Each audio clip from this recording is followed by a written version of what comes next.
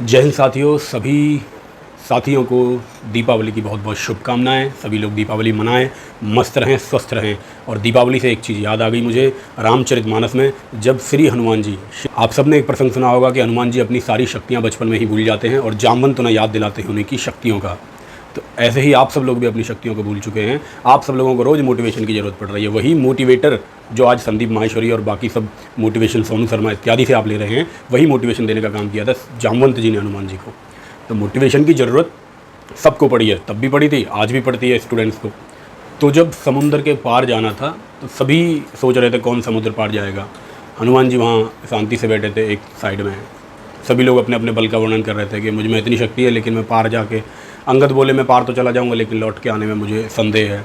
तो रीछपति यानी कि जामवंत जी ने हनुमान जी से कहा, कहहि रीछपति सुन हनुमाना, काचुप साध रहेउ बलवाना, और कौन सो काज कठिन जग माही, जो नहीं होत तात तुम पाही।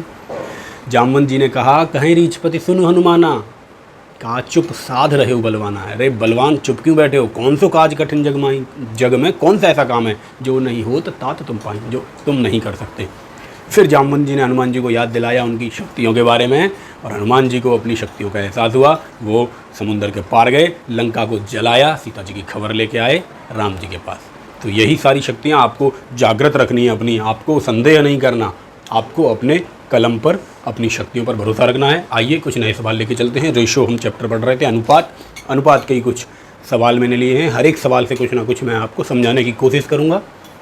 आप सब लोग कोशिश करेंगे कि हर एक सवाल से कुछ नया सीखें। हर एक सवाल थोड़ा सा अलग मैंने लिया है।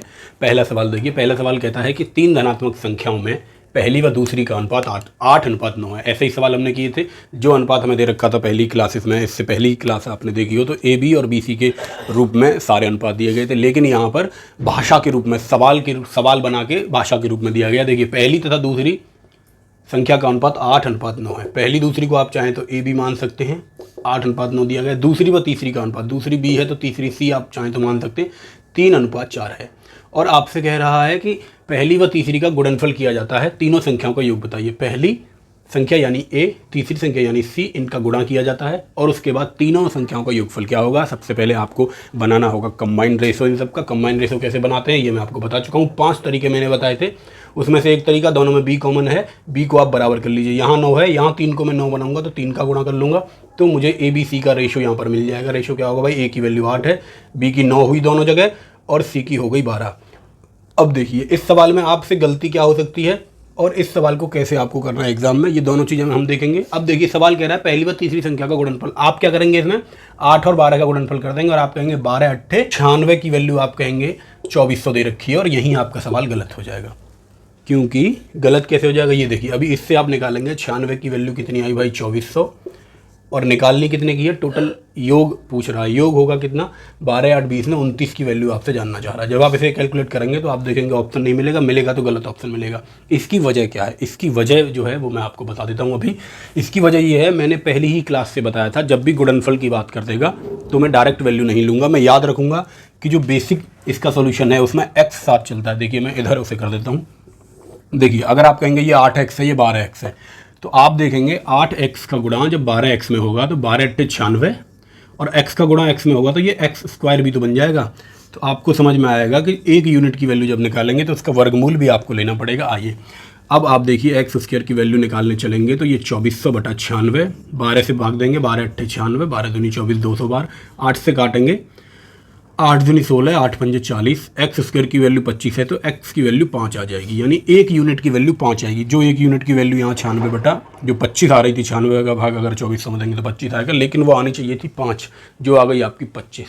इस चीज़ का रेशो में खास तौर से ध्यान रखेंगे। जब भी गुणनफल की बात करेगा आप याद रखेंगे कि गुणनफल जब हुआ होगा तो x का x में गुणा हुआ होगा, वो वर्ग बना होगा, इसलिए वर्गमूल निकालना जरूरी है। जब आप जोड़ते हैं घटाते हैं तो वर्ग नहीं बनता, इसलिए हम डायरेक्ट काम चल जाता है। यहाँ कोई भी संख्या जोड़नी घटानी होती तो हम डायरेक्ट ले लेते, लेकिन जब गुणनफल की बात करेगा तो आपको याद रखना है कि उसका वर्गमूल भी आपको निकालना है, नहीं तो आपका सवाल गलत हो जाएगा। ये इतनी चीज़ गलत हुई, आपने देखा एक यूनिट की वैल्यू यानी एक x की वैल्यू मेरे पास निकल के आई 5, एक की वैल्यू 5 है तो जानना चाह रहा है तीनों संख्याओं का योग। तीनों संख्याओं का योग मैंने देखा था 12 8 20 9 29, 29 की वैल्यू आपको निकालनी है तो 29 गुणा 5, 9 पंजे 45 का 5 हासिल 4, 5 दूनी 10 और 4 14, यानी कि 145 इस सवाल का जवाब होगा। ऑप्शन ए हुआ इस सवाल का सही जवाब। उम्मीद है आपको ये चीज़ समझ में आई होगी कैसे इस सवाल को सॉल्व आपको करना है एग्जाम में। चलिए लेके चलता हूँ दूसरे सवाल पे।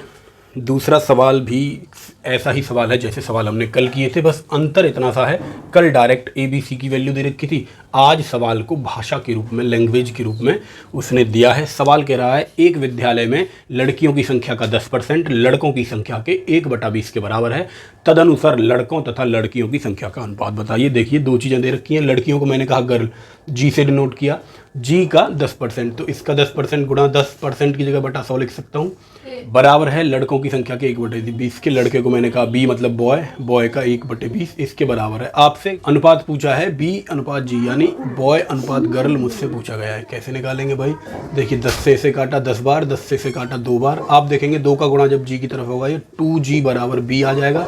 और यहाँ से अनुपात निकालना बहुत बड़ी बात नहीं है, ये मैं आपको पहले बता चुका हूँ। B की वैल्यू क्या रहेगी? B के सामने वाली 2, G के सामने क्या है? 1 है, तो यहाँ 1 रहेगा, तो B की वैल्यू 2, G की वैल्यू यहाँ 1, यानी कि 2:1 इस सवाल का जवाब आ रहा होगा। तो B ऑप्शन सही होगा, 2:1। उम्मीद है ये चीज़ आपको समझ में आई होगी। अब जो अगला सवाल है उसे आप देखेंगे क्योंकि उसमें कुछ नई चीज़ है। तीसरे सवाल से हम समझने की कोशिश करेंगे, भाषा को पकड़ने की कोशिश करेंगे।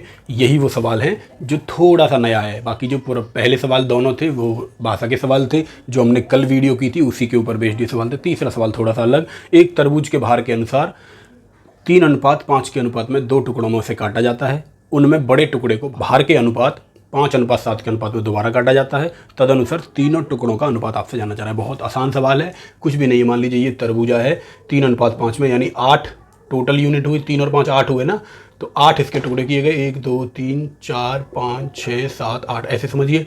अब मान लीजिए कि 3:5 यानी ये इतना टुकड़ा अलग किया गया, ये एक टुकड़ा काटा गया और ये एक टुकड़ा काटा गया, ये 3:8 में कटा, ऐसे आप इसे समझिए।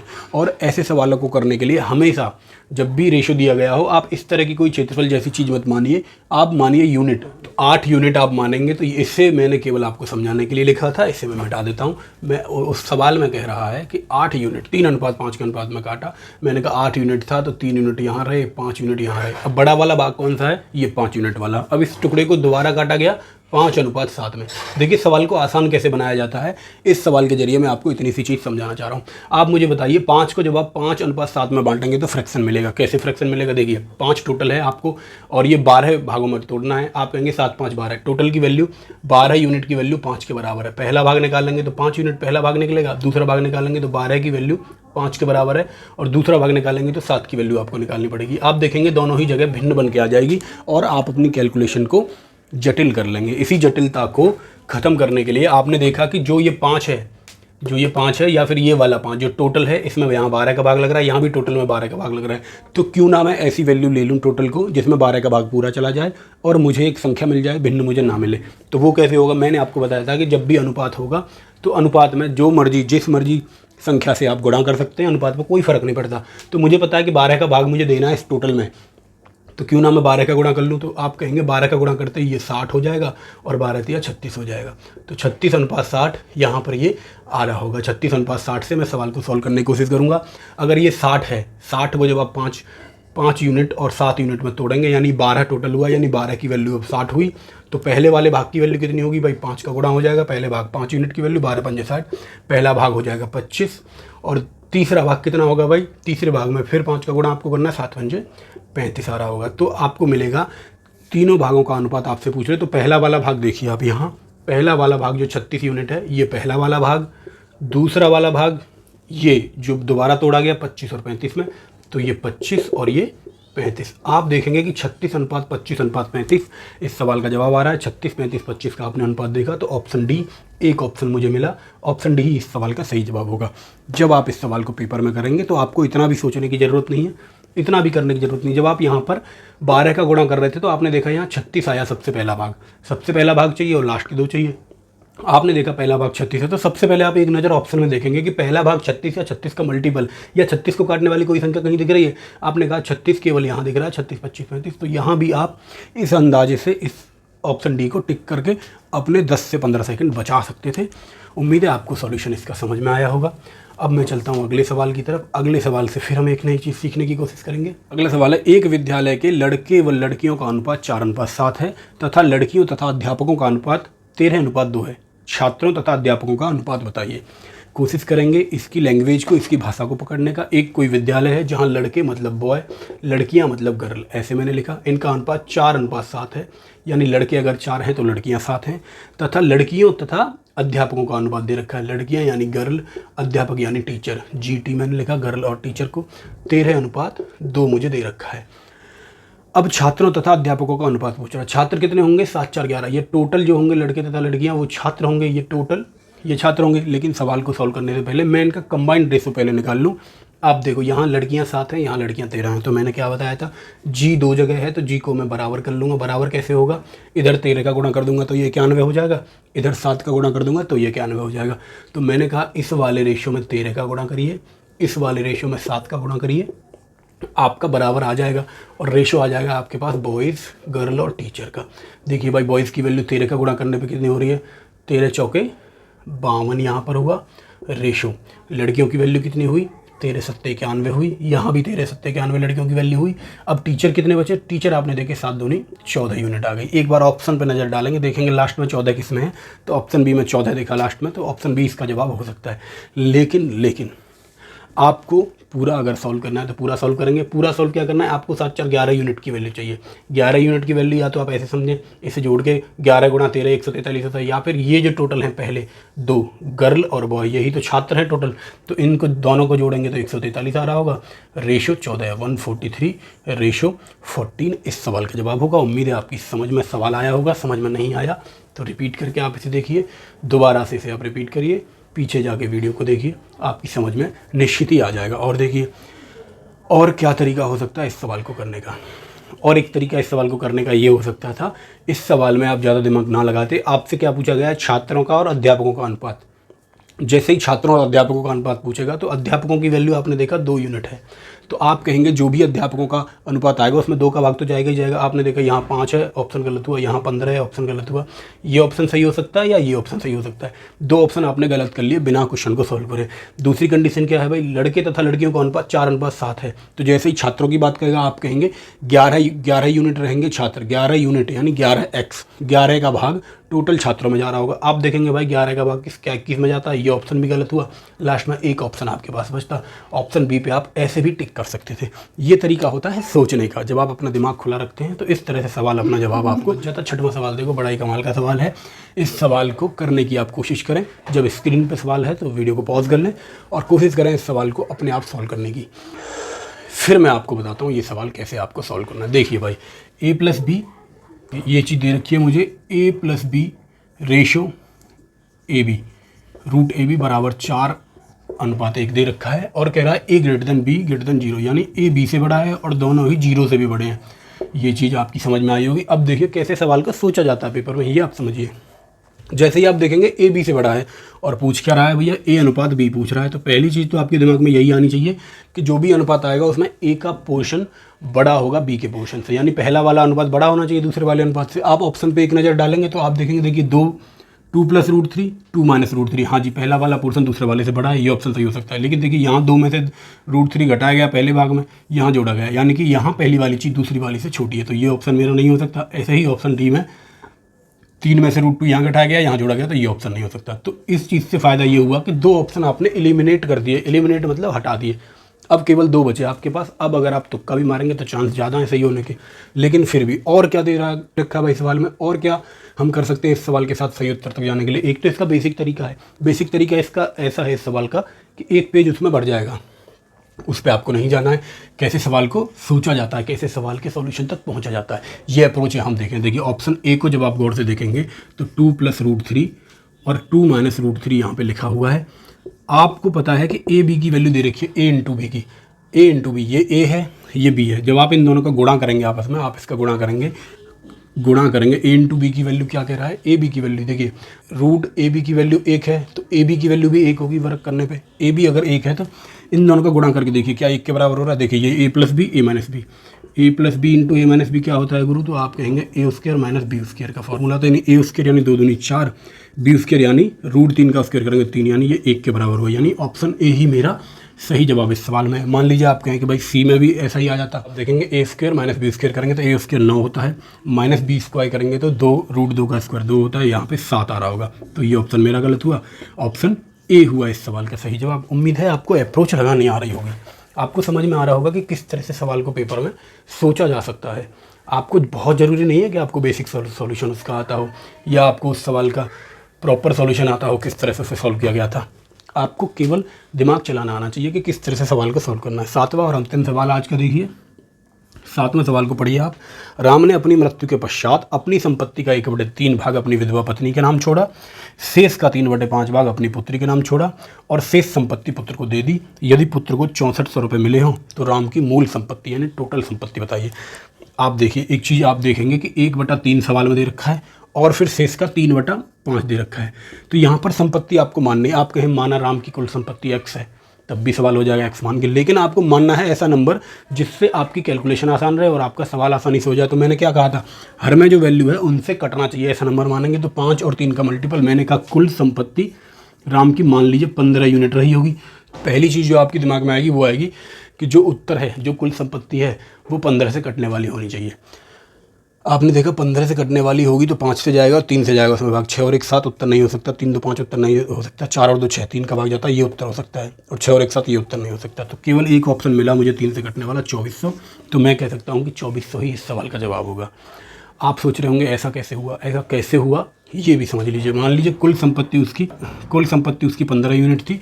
15 यूनिट में से उसने क्या काम किया, पहली लाइन पढ़िए, अपनी संपत्ति का 1/3 भाग अपनी पत्नी को। आप देखेंगे पत्नी को कितना मिला, 1/3। 15 का 1/3 करेंगे तो 5 × 15, 5 यूनिट यहाँ पर पत्नी को मिले। बचा कितना, अब 5 देने के बाद 10 यूनिट बचा। अब 10 यूनिट का 3/5 उसने किसे दे दिया, 10 यूनिट का 3/5 दिया उसने अपनी पुत्री को। 3/5 निकालेंगे, 5 दूनी 10, 3 दूनी 6 मिला पुत्री को। आपने देखा 5 यूनिट पत्नी को मिला, 6 यूनिट पुत्री को मिला, तो बचा शेष किसे मिला, पुत्र को। बचा शेष पुत्र को उसने दिया। पुत्र को कितने यूनिट मिलेंगे भाई, 5 और 6 5 11, बचा 4 यूनिट। 4 यूनिट पुत्र को मिला। सवाल कह रहा है कि जो 4 है ना वो 6400 रुपये के बराबर है। पुत्र को 6400 रुपये मिले, यानी मैं यहाँ से कह सकता हूँ कि 4 की वैल्यू 6400 के बराबर है। और आपको पता कितना करना है, आपको पता करना है 15, यानी कुल संपत्ति कितनी है 15।